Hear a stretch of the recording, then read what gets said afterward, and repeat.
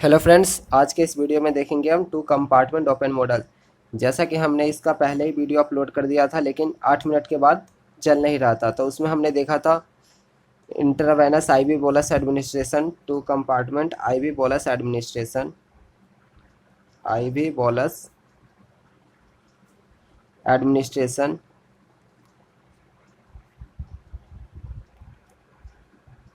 इसमें जो देखा था हमने आईवी बोलस एडमिनिस्ट्रेशन में, हम ड्रग को डायरेक्टली दे रहे हैं सेंट्रल कंपार्टमेंट में। ड्रग को डायरेक्टली आईवी बोलस के थ्रू हम इंजेक्ट करा रहे हैं, जिसके कारण जो ड्रग है डायरेक्टली जा रहा है सेंट्रल कंपार्टमेंट में।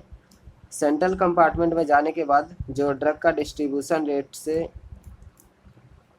ये हमारा डिस्ट्रीब्यूशन रेट कांस्टेंट है, जिसके द्वारा ये पेरिफेरियल कंपार्टमेंट में चला जाता है। Distribution rate constant from 1 to 2, central compartment से पेरिफेरियल कंपार्टमेंट में। और फिर एलिमिनेशन करने के लिए, जो ड्रग का एलिमिनेशन होने के लिए पेरिफेरियल से दोबारा सेंट्रल कंपार्टमेंट में आता है। तो सेंट्रल कंपार्टमेंट को 1 से डिनोट कर सकते हैं, पेरिफेरियल को 2 से। तो इसमें जो पहला था distribution rate constant from compartment 1 से कंपार्टमेंट 2, और फिर इसमें ये जो डिस्ट्रीब्यूशन रेट कांस्टेंट है फ्रॉम कंपार्टमेंट 2 से पेरिफेरियल कंपार्टमेंट से कंपार्टमेंट 1 में डिस्ट्रीब्यूशन होता है। फिर इसके बाद एलिमिनेशन रेट कांस्टेंट से ड्रग का एलिमिनेशन हो जाता है। फिर उसके बाद देखा था हमने ग्राफ। फिर हमने ये ग्राफ देखा था लॉग ड्रग कंसंट्रेशन और टाइम के बीच में ग्राफ। हाँ, इसमें देखा था ये जो हमारा रिप्रेजेंट कर रहा है, पहला जो रिप्रेजेंट कर रहा है सेंट्रल कंपार्टमेंट को रिप्रेजेंट कर रहा है, और ये जो नीचे पेरिफेरियल कंपार्टमेंट को रिप्रेजेंट कर रहा है। जो जब हम ड्रग को आईवी बोलस एडमिनिस्ट्रेशन कर रहे थे, तो डायरेक्टली जो ड्रग है डायरेक्टली आईवी बोलस गया, तो उसकी कॉन्सेंट्रेशन हाई हो गई। तो हाई जब हो जाती है, उसके बाद इसका आ जाता है रैपिड डिक्लाइन फेज, क्योंकि जो ड्रग की डिस्ट्रीब्यूशन होती है, ड्रग की डिस्ट्रीब्यूशन पेरिफेरियल कंपार्टमेंट में होती है। ड्रग को जब हम डायरेक्टली सेंट्रल कंपार्टमेंट में इंजेक्ट कराते हैं आईवी बोलस के थ्रू, जब सेंट्रल कंपार्टमेंट में जाता है, उसके बाद इसका डिस्ट्रीब्यूशन होने लग जाता है थ्रू डिस्ट्रीब्यूशन कांस्टेंट के कारण। रैपिड डिक्लाइन फेज आ जाता है, और यहाँ पे जो पेरिफेरियल कंपार्टमेंट में, इसमें जो ड्रग की कंसंट्रेशन इंक्रीज हो जाती है, इंक्रीज होने लगती है। तो इसीलिए जो यहाँ पे नीचे था ये हमारा ग्राफ, ये ड्रग की जो कंसंट्रेशन इंक्रीज होने लग गई। फिर जब एक अमाउंट आता है, जब एक ऐसा सिचुएशन आता है जब यहाँ पे नीचे आ गई हमारा स्लो टर्मिनल फेज, जिसे एलिमिनेशन फेज भी कहते हैं, क्योंकि आफ्टर ड्रग का डिस्ट्रीब्यूशन होने के बाद ये ड्रग जो है एलिमिनेशन करने के लिए जो पेरिफेरियल कंपार्टमेंट से सेंट्रल कंपार्टमेंट में आता है, और फिर धीरे धीरे एलिमिनेशन होता है। तो यहाँ पे आ गया हमारा स्लो एलिमिनेशन फेज, ये जो सेंट्रल कंपार्टमेंट का स्लो एलिमिनेशन फेज है। और ये ग्राफ धीरे धीरे कम हो गया, क्योंकि यहाँ पे ड्रग का एलिमिनेशन हो रहा है फ्रॉम पेरिफेरियल से सेंट्रल में, इसलिए पेरिफेरियल कंपार्टमेंट का ग्राफ नीचे जाने लग गया ड्रग कंसंट्रेशन। ये सब हमने देख लिया था इससे पहले वाले वीडियो में। अब स्टार्ट करते हैं। अब देखेंगे change in drug concentration in central compartment. अब हम देखेंगे rate of change in drug concentration in the central compartment. Simply हम इसको डिनोट करते हैं DCC बाई DT, जो कि हमारा K21 CP minus K12 CC minus KE CC। जो हमारा K21 CP ये डिनोट कर रहा है कि जो ड्रग कंसंट्रेशन है इसमें सेंट्रल कंपार्टमेंट में इंक्रीज हो रही है। हम सेंट्रल कंपार्टमेंट का देखना है, तो इसमें देखेंगे अगर जो ड्रग इसमें ऐड हो रहा है, कंसंट्रेशन इसका सेंट्रल कंपार्टमेंट का इंक्रीज हो रहा है, तो उसको पॉजिटिव साइन से इंडिकेट करते हैं। तो K21 इसमें ड्रग की पेरिफेरियल कंपार्टमेंट से सेंट्रल कंपार्टमेंट में ड्रग आ रहा है एलिमिनेशन करने के लिए, तो कंसंट्रेशन इंक्रीज हो रहा है ड्रग का सेंट्रल कंपार्टमेंट में, तो इसीलिए हम पॉजिटिव साइन से इंडिकेट किए K21 फ्रॉम पेरिफेरियल कंपार्टमेंट से सेंट्रल कंपार्टमेंट में। और CP कहाँ से आ रहा है? ये पेरिफेरियल कंपार्टमेंट से। तो drug concentration of drug in peripheral compartment. फिर माइनस K12 CC, क्योंकि जो ड्रग की कंसंट्रेशन यहाँ पे डिक्रीज हो रही है, माइनस यहाँ से जा रही है ड्रग पेरिफेरियल में, यहाँ पे कंसंट्रेशन डिक्रीज हो रही है, इसलिए माइनस से इंडिकेट किया है। डिस्ट्रीब्यूशन रेट कांस्टेंट जो है फ्रॉम सेंट्रल कंपार्टमेंट से कंपार्टमेंट 1 से कंपार्टमेंट 2, सेंट्रल से पेरिफेरियल में, कहाँ से ड्रग जा रही है? From central compartment. और फिर माइनस के ई सी सी, क्योंकि फिर एलिमिनेशन के द्वारा ड्रग की कंसंट्रेशन डिक्रीज हो रही है, इसीलिए हम माइनस से डिनोट करते हैं इसको। तो माइनस के ई सी सी, जो के ई एलिमिनेशन रेट कांस्टेंट है, सी सी सेंट्रल कंपार्टमेंट, कहाँ से डिक्रीज हो रही है, सेंट्रल कंपार्टमेंट से। सो अगर हम x की जगह x से इक्वल टू वी डी वाला इक्वेशन हम अगर इसमें पुट कर दे, c के जगह हम एक्स बाई वी डी अगर पुट कर दे, तो देखते हैं इक्वेशन। सो जब इस इक्वेशन में हम x equal C equal to C की जगह हम एक्स वाई वी डी, जब हम वी डी को इधर ले आएंगे तो एक्स वाई वी डी हम जब पुट करते हैं सी की जगह, तो K21 XP CP, क्योंकि पेरिफेरल कंपार्टमेंट की बात कर रही है, तो कर रहा यहाँ पे चल रहा है, तो इसलिए हम XP VP लेंगे, क्योंकि drug concentration in peripheral compartment और एप्रिएंट वॉल्यूम इन पेरिफेरियल कंपार्टमेंट। फिर यहाँ पे हमने CC के जगह हमने XC/VC पुट कर दिया। XC जो drug concentration in central compartment और VC वो apparent volume in central compartment में। फिर इसके बाद K E X C divided by V C, जो सी सी के जगह X C by V C हमने पुट कर दिया, drug concentration in central compartment में और ये apparent volume in central compartment. इसको हम इक्वेशन फर्स्ट मानते हैं। सो हम देखेंगे rate of change in drug concentration in peripheral compartment. So जो पेरिफेरियल कंपार्टमेंट में हम डिनोट करते थे डी, जो DCP drug concentration in peripheral compartment, K12 CC, क्योंकि उसमें एडिशन हो रहा था, जो डिस्ट्रीब्यूशन हो रहा था ड्रग का फ्रॉम सेंट्रल कंपार्टमेंट से पेरिफेरियल में जा रहा था, जिसके कारण ड्रग की कंसंट्रेशन पेरिफेरियल कंपार्टमेंट में इंक्रीज हो रही थी, इसीलिए हम पॉजिटिव साइन से इंडिकेट करते हैं इसको, माइनस K21 CP। और जो उसके बाद एलिमिनेशन करने के लिए जो ड्रग था पेरिफेरियल कंपार्टमेंट से जा रहा था दोबारा सेंट्रल कंपार्टमेंट में, जिसके कारण उसमें से कंसंट्रेशन ड्रग की कंसंट्रेशन डिक्रीज हो रही थी, इसलिए हम नेगेटिव साइन से इंडिकेट करते हैं फ्रॉम पेरिफेरियल कंपार्टमेंट से सेंट्रल कंपार्टमेंट। कहाँ से जा रही है, पेरिफेरियल कंपार्टमेंट से, तो इसलिए हम इससे डिनोट करते हैं। अगर हम x इक्वल टू अगर वी डी सी पुट करें, put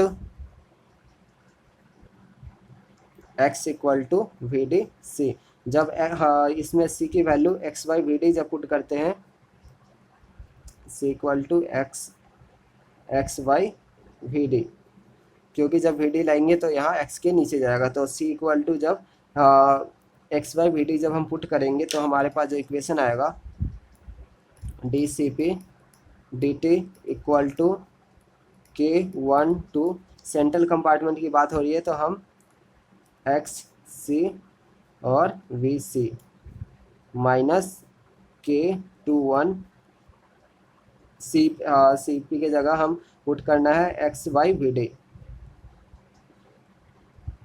XP peripheral compartment drug concentration in peripheral compartment में, और VP volume apparent volume in peripheral compartment. इसको इक्वेशन हम सेकंड मानते हैं।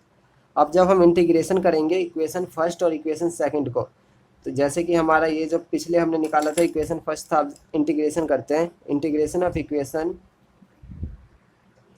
सो जब हम इंटीग्रेशन करते हैं, इंटीग्रेटिंग द इक्वेशन फर्स्ट और सेकंड को जब इंटीग्रेटिंग करते हैं, तब हमें पता चलता है concentration of drug in central और पेरिफेरियल कंपार्टमेंट का पता चलता है। तो सबसे पहले जब इंटीग्रेशन करते हैं फर्स्ट इक्वेशन को, तो हमारे पास मिलता है concentration of drug in central compartment equal to x0 VC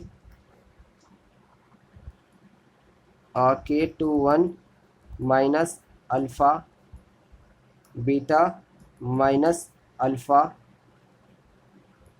antilog minus alpha T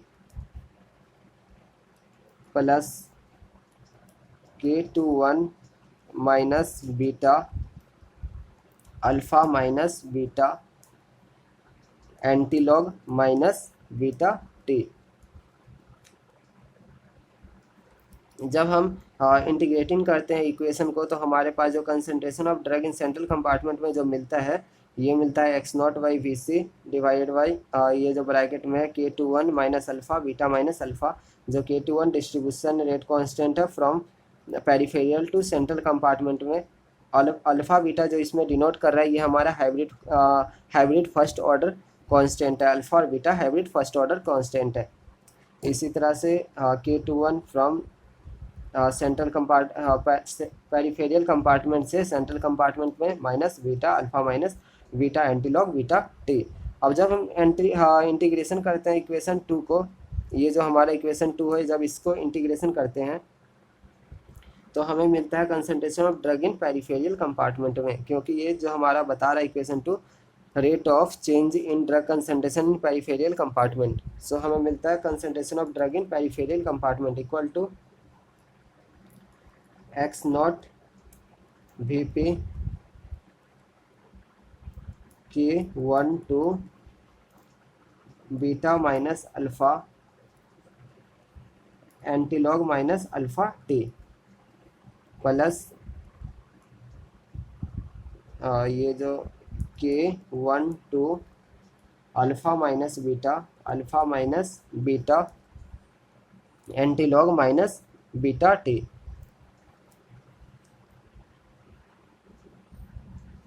ये हमारा मिल गया जब इंटीग्रेशन करते हैं peripheral compartment rate of change of drug in peripheral compartment में, तो हमें मिलता है concentration of drug in peripheral compartment equal to X naught V P bracket में K1 two distribution rate constant from central to peripheral compartment में beta minus alpha antilog D T और antilog alpha T, फिर K1 two distribution rate constant from central to peripheral alpha minus beta antilog beta T. सो हम देखेंगे 2 compartment open model with intravenous infusion. So इस model को हम represent कर सकते हैं। दिस मॉडल इज डिपिक्टेड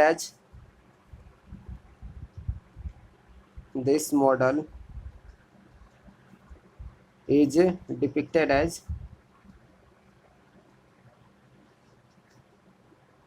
इस मॉडल को हम रिप्रेजेंट कर सकते हैं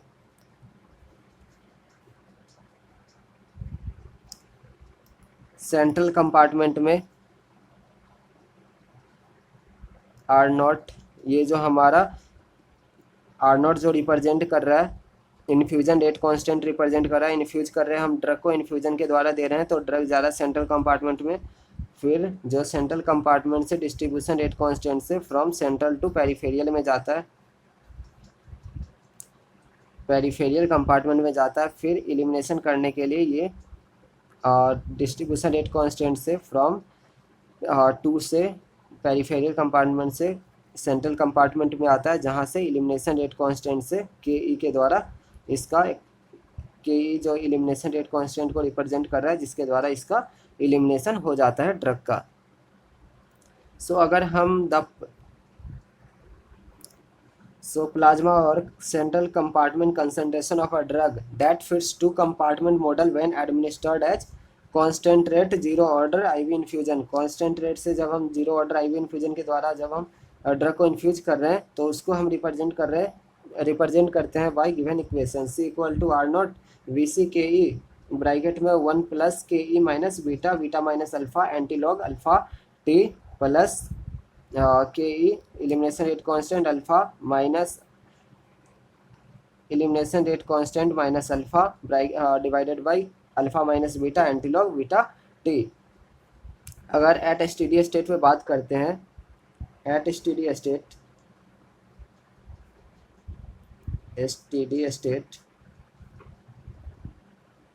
अगर एट स्टेडी स्टेट पे बात करते हैं तो ये जो हमारा के ई माइनस बीटा जो ये टर्म और ये टर्म दोनों जीरो हो जाती है, तो हमारे पास जो स्टेडी स्टेट पे आता है at steady state C equal to C S S equal to R naught V C K E, और ये जो सारे टर्म है ये जीरो हो गए। सो एट स्टेडी स्टेट पे जो हमारा आता है कंसंट्रेशन ऑफ ड्रग वो R naught divided by V C K infusion rate constant volume of distribution in centre apparent volume in central compartment में एलिमिनेशन रेट कांस्टेंट। अब हम देखेंगे 2 compartment open model with extra vascular administration. तो इस model को हम simply represent कर सकते हैं। The model can be depicted as ये जो ड्रग को हम डायरेक्टली एक्स्ट्रा वैस्कुलर दे रहे हैं तो ड्रग की एब्जॉर्प्शन होगी। तो के जो हमारा एब्जॉर्प्शन रेट कांस्टेंट है, इससे ड्रग जो डायरेक्टली जा रहा है हमारा सेंट्रल कंपार्टमेंट में, ड्रग एब्जॉर्ब होके जा रहा है, तो सेंट्रल कंपार्टमेंट। फिर सेंट्रल कंपार्टमेंट से डिस्ट्रीब्यूशन रेट कांस्टेंट होगा, डिस्ट्रीब्यूशन होगा K1 from central to peripheral में जाएगा, फ्रॉम फर्स्ट कंपार्टमेंट से सेकंड, सो ये सेंट्रल से पेरिफेरियल कंपार्टमेंट में जाएगा। फिर पेरिफेरियल कंपार्टमेंट से एलिमिनेशन होने के लिए ये आएगा यहाँ पे K21 फ्रॉम पेरिफेरियल से सेंट्रल में आएगा, जहाँ से इसका ड्रग का एलिमिनेशन होता है, के जो एलिमिनेशन रेट कांस्टेंट है। सो जो हम रिप्रेजेंट करते हैं the plasma concentration at any time t is given by the equation C equal to N antilog KAT, जो एब्जॉर्प्शन रेट कांस्टेंट है KAT plus L antilog alpha T plus M antilog beta T. जो इसमें यहाँ पे C जो है ये absorption exponent है, डिस्ट्रीब्यूशन एक्सपोनेंट और एलिमिनेशन एक्सपोनेंट का कम्बिनेशन है। इसमें जो यहाँ C है रिप्रेजेंट कर रहा है, जो यहाँ पे C रिप्रेजेंट कर रहा है absorption rate constant plus distribution rate constant plus elimination rate constant का कम्बिनेशन है। और NLM जो यहाँ पे है कॉफिशिएंट है, के जो है एब्जॉर्प्शन रेट कांस्टेंट है, T टाइम है, जो alpha beta hybrid first order constant है। सो ठीक है दोस्तों, अगर आपको वीडियो अच्छी लगे चैनल को सब्सक्राइब कर ले, और अगर आपको वीडियो अच्छी लगे तो वीडियो को लाइक कर ले। ठीक है दोस्तों, धन्यवाद।